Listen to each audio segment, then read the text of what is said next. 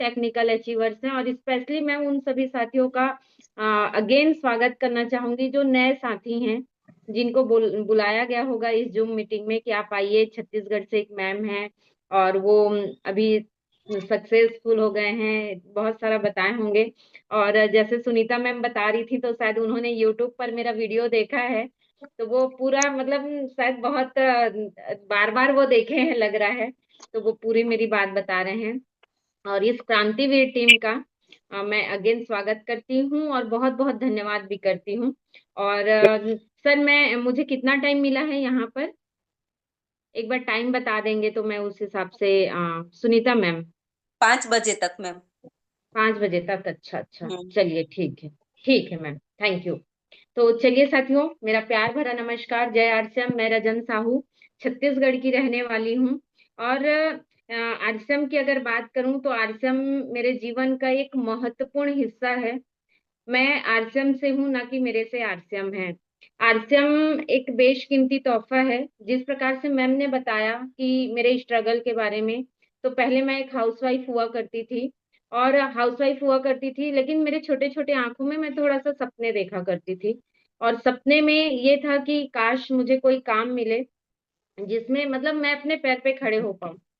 मेरे नाना जी, मेरी मम्मी के पापा जी, जो मेरे बहुत बेस्ट फ्रेंड रहे हैं मेरे बचपन में, अभी इस दुनिया में नहीं है। अगर वो अभी होते तो शायद बहुत ज्यादा दुनिया में सबसे ज्यादा खुश होने वाले इंसान जो होते वही होते। तो अभी मैं उनको बहुत ज्यादा मिस करती हूँ। और स्पेशली कहीं मैं मीटिंग के लिए जाऊं या थोड़ा सा कहीं पर सम्मान मिले तो मैं उनको बहुत ज्यादा मिस करती हूँ। तो मेरे नाना अक्सर मेरे को अपने गोद में बिठाया करते थे और एक बात बोला करते थे कि रज्जू, मेरा निक नेम रज्जू है, तो रज्जू बेटा आप ना अपने पैर पे खड़े होना। और जो लड़कियां अपने पैर पे खड़े होती है ना, उनको सभी से प्यार मिलता है, सबसे। मम्मी पापा से तो मिलेगा, ऑफ कोर्स सभी बच्चों को मिलता है, सभी के माँ बाप अपने बच्चों को बहुत ज्यादा प्यार करते हैं। लेकिन जब आप अपने पैर पे खड़े हो जाओगे तो जिस ससुराल में जाओगे वहां से आपको प्यार मिलेगा, भैया भाभी से प्यार मिलेगा, अड़ोस पड़ोस से आपको सम्मान मिलेगा। अड़ोस पड़ोस के लोग आपको जानेंगे पहचानेंगे और एक सम्मान भरे, मतलब उनको ये लगेगा कि नहीं, ये लड़की है जो अपना काम करती है, अपने पैर पे खड़ी है, इस प्रकार से मतलब एक लाड प्यार मिलेगा। तो शायद वो बचपन से मेरे माइंड में घर कर गया था कि मुझे अपने पैर पे खड़े होना है, और मैं कोई ना कोई काम करना चाहती थी। गवर्नमेंट जॉब का कभी भी रुझान नहीं रहा है। जैसे कई सारे लोग बोलते हैं ना, मैंने ये एजुकेशन लिया, मैंने गवर्नमेंट जॉब की तैयारी करी, तो मेरा 1% भी कभी भी, ये नहीं, स्कूल टाइम की अगर बात करूं तो मुझे प्राइवेट जॉब ज्यादा मतलब अट्रैक्ट करता था। क्यों अट्रैक्ट करता था? क्योंकि प्राइवेट जॉब में ना लोग अपने अकॉर्डिंग काम करते हैं। हालांकि मेहनत वहां पे ज्यादा होती है, आपको ज्यादा वहां पर मतलब ज्यादा एक्टिव रहना पड़ता है। तो वहां पर आप अपने अकॉर्डिंग अपना इनकम आप कर सकते हैं, आप अपना काम चेंज कर सकते हैं, आप अपना जगह चेंज कर सकते हैं। तो मेरे माइंड में ये था कि अगर कभी जॉब भी करना है तो प्राइवेट जॉब सबसे बेस्ट है। आप अपने हिसाब से मतलब पैकेज वगैरह जो भी है, उस समय में पैकेज ज्यादा समझ नहीं आता था, लेकिन वो चीजें मतलब मेरे अंदर में था, क्योंकि थोड़ा सा एक एटमॉस्फेयर मेरे आसपास में था। कुछ लोग गवर्नमेंट जॉब वाले भी थे, प्राइवेट जॉब वाले थे। तो गवर्नमेंट जॉब वालों का सिर्फ एक ही रूटीन था, लाइफ स्टाइल ज्यादा अच्छा नहीं होता था उस टाइम में उनका, मतलब ड्रेसिंग सेंस वगैरह। लेकिन प्राइवेट जॉब वाले वहीं पर ना, उनका ड्रेसिंग सेंस बहुत अच्छा होता था, उनका बिहेवियर बहुत अच्छा होता। तो शायद मेरे अंदर भी मेरे अंदर वो चीजें थी। तो ऐसा मैं सोचती थी कि मेरे पैर पे मुझे खड़ा होना है। जैसे शादी के पहले की अगर मैं बात थी, मतलब हम लोग जब तक आए और जब तक हमारे को दिमाग आया, होश संभाले, तब तक वो काफी अच्छा पोजीशन ले चुके थे और हम लोगों ने बहुत अच्छी लाइफ जी। उसके बाद जैसे ही शादी हुआ, शादी होने के बाद में 360 डिग्री एंगल से हर लड़की का लाइफ चेंज होता है। थोक के भाव में आपको रिश्ता मिलेगा, सारा सब कुछ मिलेगा। तो मुझे भी मिला। और मैं जिस जगह की मैं रहने वाली थी, क्योंकि मैं डिस्ट्रिक्ट हेडक्वार्टर मेरा बर्थ पैलेस है, तो वहां से निकल के मैं ऐसे गांव में पहुंच जाती हूँ जहां पर 6 बजे के बाद में लाइट तो दूर, मतलब इंसान तो दूर, कुछ भी नजर नहीं आता था। मतलब कोई स्ट्रीट लाइट नहीं, कोई रोड नहीं, कच्चा रोड हुआ करता था, बोल्डर वाले रास्ते हुए करते थे। लाइट एक बार चली जाती थी तो 7-7 दिन, 8-8 दिन, 10-10 दिन, अभी 3-4 साल पहले की बात बताऊं तो 25 दिन तक के लाइट गोल था। तो आप समझ सकते हैं कि किस इलाके पर मेरी शादी, मतलब किस इलाके से मैं हूँ। वहां पर आपको अगर कनेक्टिविटी से अगर जुड़ना होता था, डॉक्टर के पास में जाना होता था, तो 15 किलोमीटर तक के आपको जाना होता था, तब जाके आपको डॉक्टर मिलते।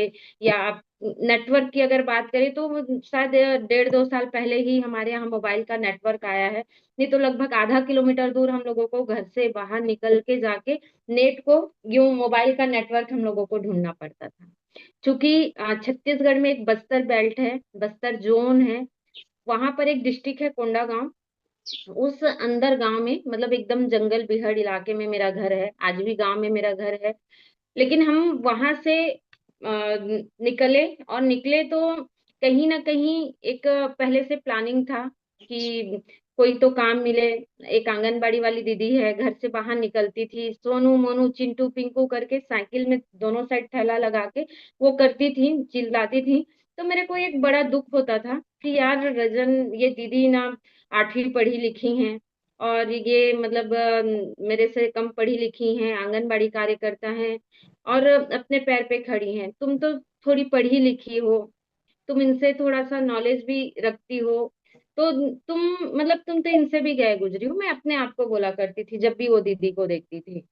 क्योंकि हम जो हैं टोटली इन लॉज के ऊपर अपने डिपेंड थे। क्योंकि सर का जो है गवर्नमेंट जॉब का बहुत ज्यादा भूत था, बहुत बड़ा वाला भूत था कि मुझे करना है जीवन में तो सिर्फ गवर्नमेंट जॉब करना है, अन्यथा मैं मतलब प्राइवेट जॉब नहीं करूंगा, मुझे गवर्नमेंट जॉब ही करनी है। तो वो गवर्नमेंट जॉब की पढ़ाई करते थे, और फिर शादी, फिर बच्चे।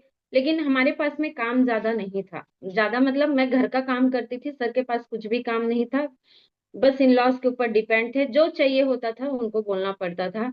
तो हर बार मांगना अच्छा नहीं लगता है, हर बार मांगना अच्छा नहीं लगता है। आप लोग बताइए, हर बार मांगना अच्छा लगता है क्या?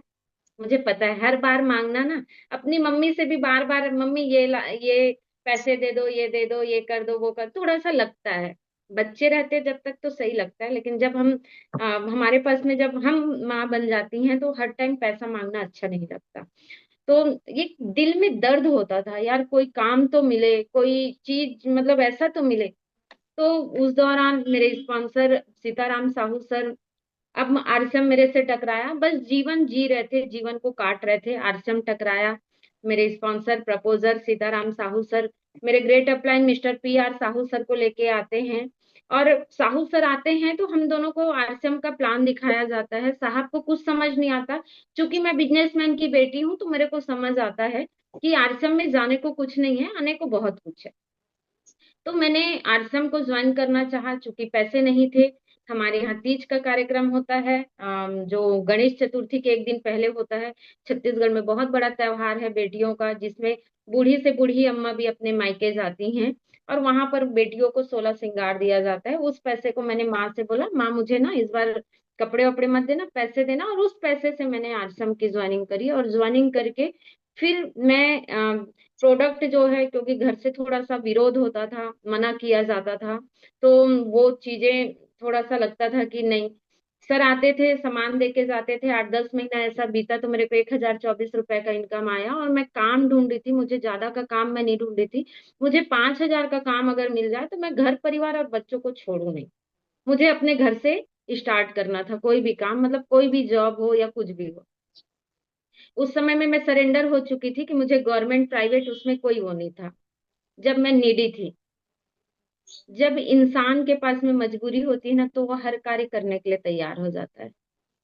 हर काम, दुनिया का छोटा हो बड़ा हो, वो वहां पे चूज नहीं करता, वहां पे वो सोचता है ये काम मुझे मिल जाए। तो मैं भी उसी प्रकार से ढूंढ रही थी, और 1,024 रुपये आया तो मेरी उम्मीद की किरण मुझे दिखी, और मैंने फिर जानना चालू किया। मैंने अपलाइन से पूछा कि सर ये पैसा आया कहाँ से।